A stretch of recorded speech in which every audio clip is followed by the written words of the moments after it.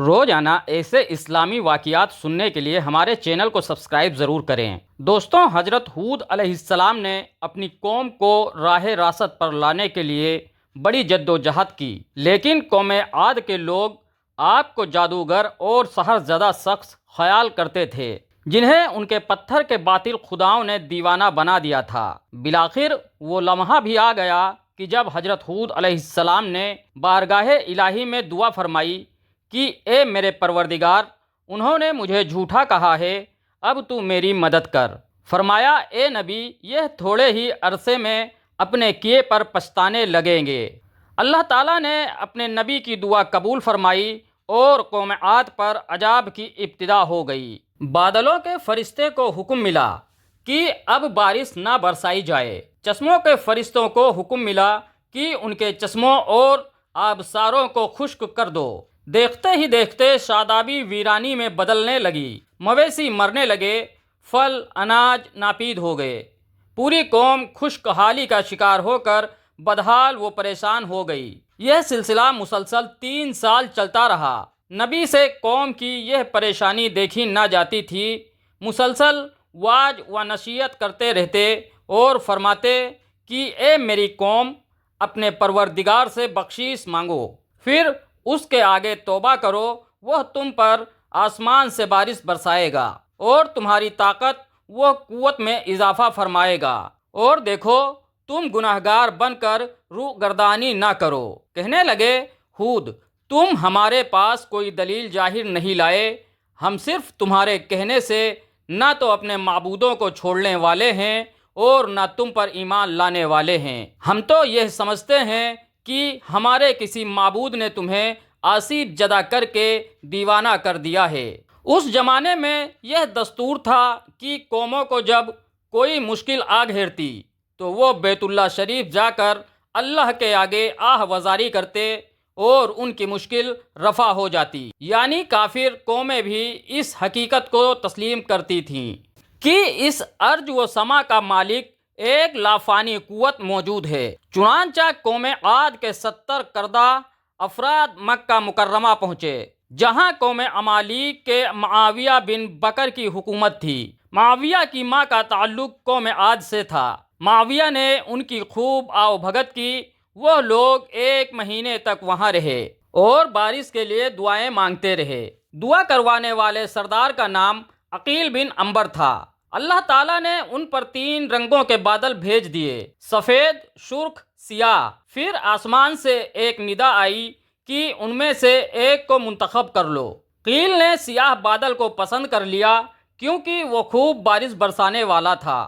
پھر ندا آئی کہ تو نے ہلاکت و تباہی کو پسند کر لیا ہے۔ چنانچہ اللہ تعالیٰ نے سیاہ بادلوں کو قوم عاد کی جانب ہانک دیا، جسے دیکھ کر پوری قوم خوشی کے شادیانے بجانے لگی۔ ارشاد باری تعالیٰ ہے کہ جب انہوں نے اس عذاب کو دیکھا جو بادل کی صورت میں ان کے میدانوں کی طرف آ رہے تھے، تو کہنے لگے، یہ تو بادل ہیں جو ہم پر برس کر رہیں گے۔ تو اللہ نے فرمایا، نہیں، بلکہ یہ وہ چیز ہے جس کے لیے تم جلدی کرتے تھے، یعنی آندھی، جس میں درد دینے والا عذاب بھرا ہوا ہے۔ یہ ہر چیز کو اپنے پروردگار کے حکم سے تباہ کر دیتی ہے۔ گناہگار لوگوں کو ہم اسی طرح سزا دیا کرتے ہیں۔ ارشاد باری تعالیٰ ہے کہ اس تیز ترین آندھی نے قوم عاد کا ستیہ ناش کر دیا۔ اللہ نے یہ عذاب 7 رات اور 8 دنوں تک مسلسل جاری رکھا۔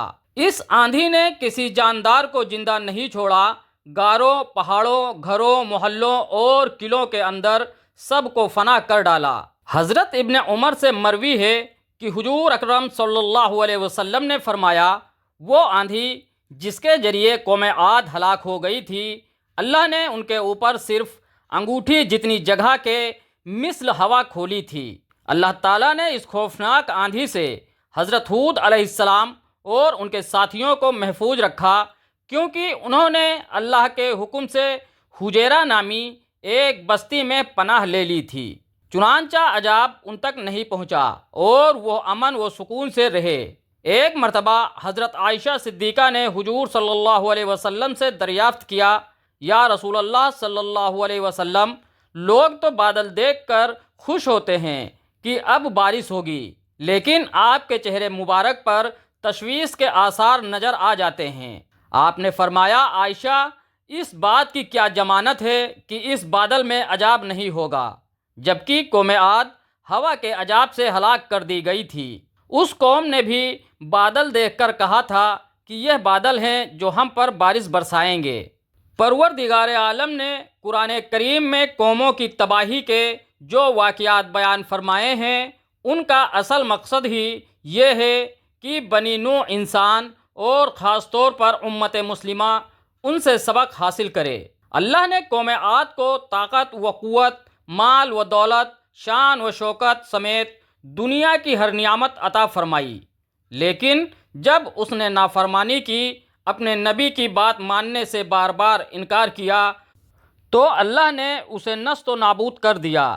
ہم سب کو بھی انفرادی و اجتماعی طور پر اپنے روزمرہ کے معاملات کا جائزہ لیتے رہنا چاہیے کہ کہیں ہم جان بوجھ کر یا انجانے میں اللہ اور اس کے نبی کی نافرمانی کے مرتکب تو نہیں ہو رہے ہیں۔ اللہ پاک ہم سب کو کہنے سننے سے زیادہ عمل کرنے کی توفیق دے، آمین۔ جزاکم اللہ خیر۔